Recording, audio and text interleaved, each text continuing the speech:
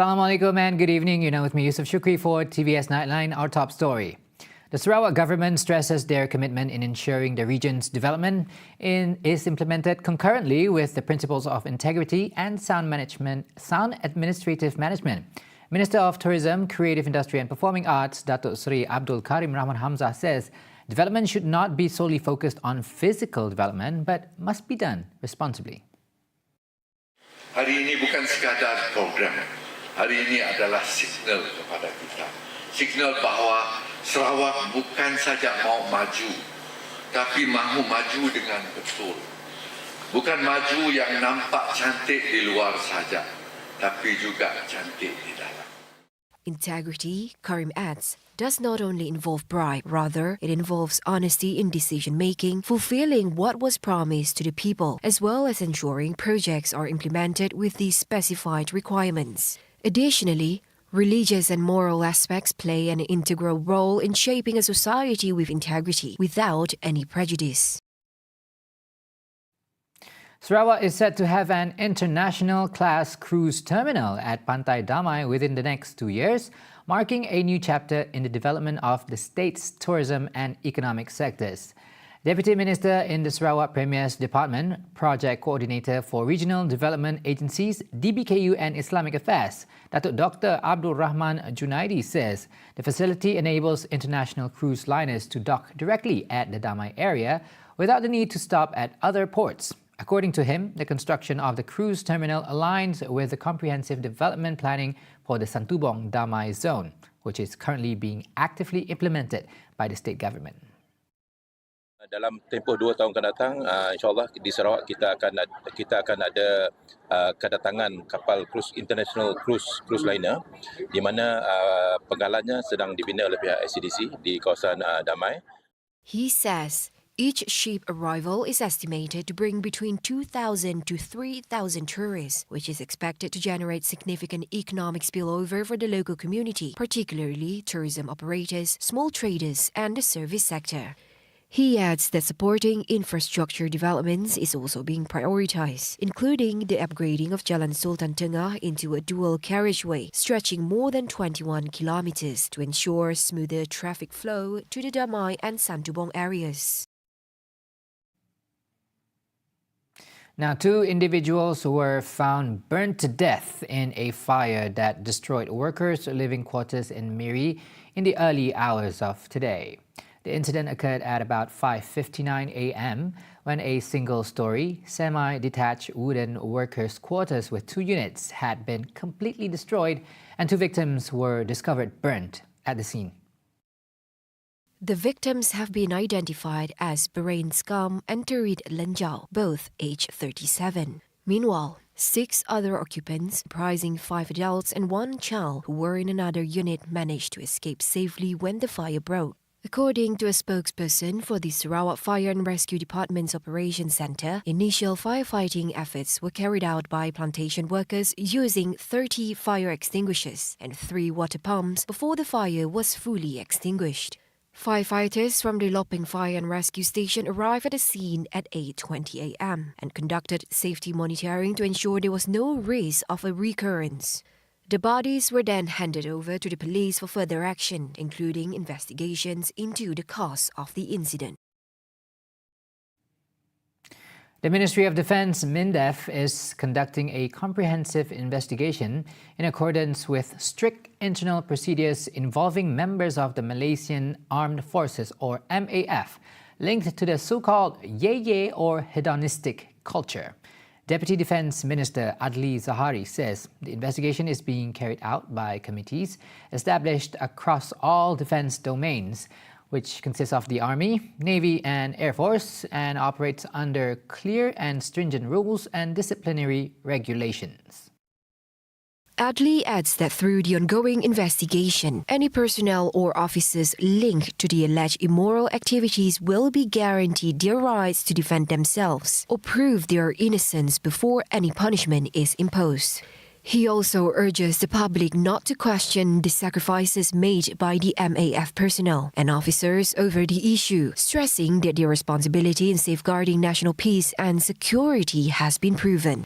Yesterday, media reports quoted Army Chief General Dato Azhan Mat Othman as confirming that 15 Army officers have been identified as being involved in immoral activities linked to the Ye culture, which recently went viral on social media. Previously, 21 officers were also identified as being involved in similar immoral activities, with investigations completed and the cases expected to proceed to legal processes in the near future.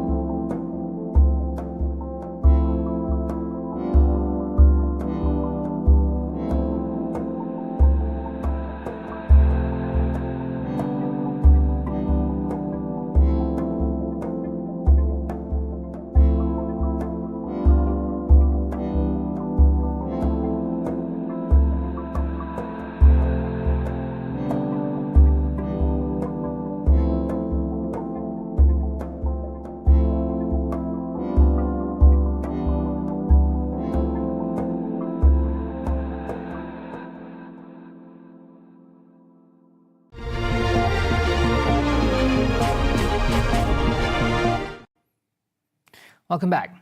Following a gas explosion that occurred at Help University last week, the National Institute of Occupational Safety and Health, NIOSH, urged all employers and premise owners operating flammable gas and dangerous systems to improve legal compliance and occupational safety and health practices.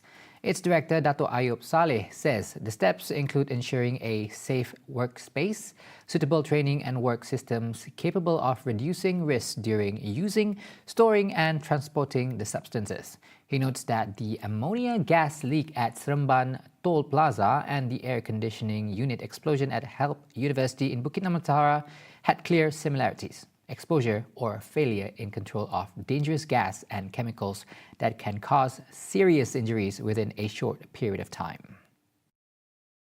On top of safety and health practices, Ayub adds that training and risk management are vital to ensure those involved have the necessary knowledge, skills, and equipment to avoid incidences. NIOSH provides free expert advice along with various training and laboratory services, including the Chemical Health Risk Management CHRA, to ensure that management and control over exposure to dangerous substances can be conducted in accordance with legal standards.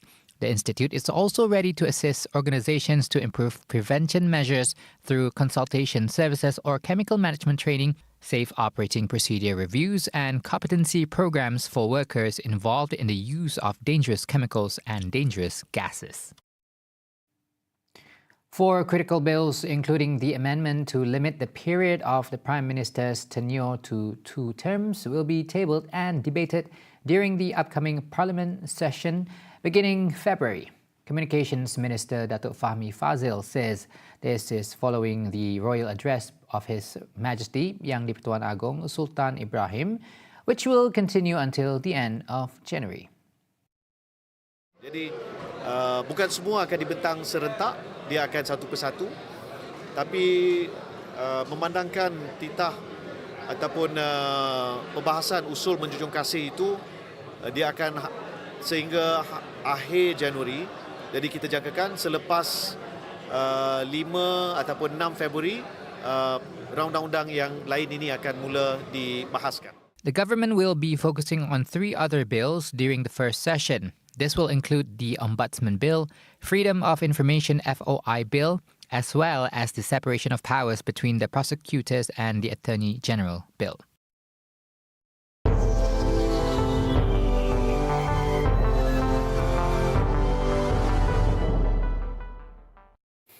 Onto world news. The General Secretariat of the Organization of Islamic Cooperation, or OIC, welcomes the launch of the second phase of the Comprehensive Peace Plan.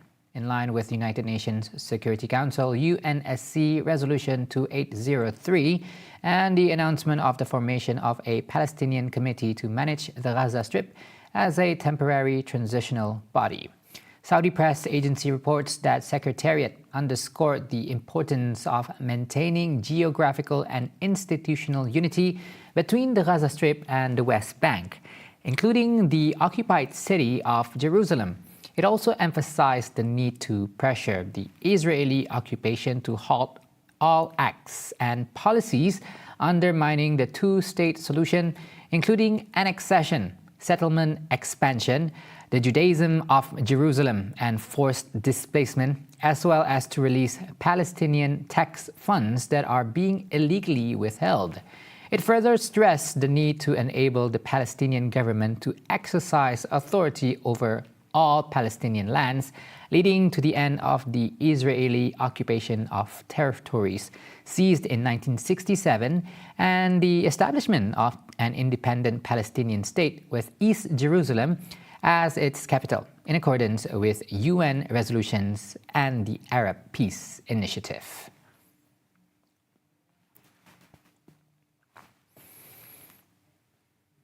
Now, South Korea's exports of agricultural and food products remain heavily concentrated in the United States, China, and Japan, data showed on Sunday, highlighting the need to diversify markets to sustain growth. According to data by the Korea Agro Fisheries and Food Trade Corporation, outbound shipments of farm produce and food items reached a record $10.2 billion in 2025, with 45.6% going to the three largest markets, which are the aforementioned countries. The U.S. ranked first with $1.8 billion in imports of South Korean food products, accounting for 17.5% of total food exports, followed by China, 15.4%, and Japan, 12.7%. Meanwhile, exports to the European Union, including the UK, totaled $773 million or 7.5% of the total, while shipments to Middle Eastern countries such as Saudi Arabia, Kuwait, United Arab Emirates UAE, Qatar, and Oman accounted for about 4%. In response, the government and industry have stepped up efforts to develop new markets.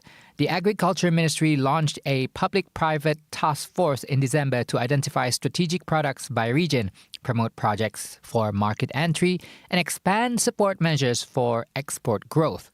Authorities are also increasing outreach to buyers from emerging markets through biannual trade consultations and strengthening local marketing efforts.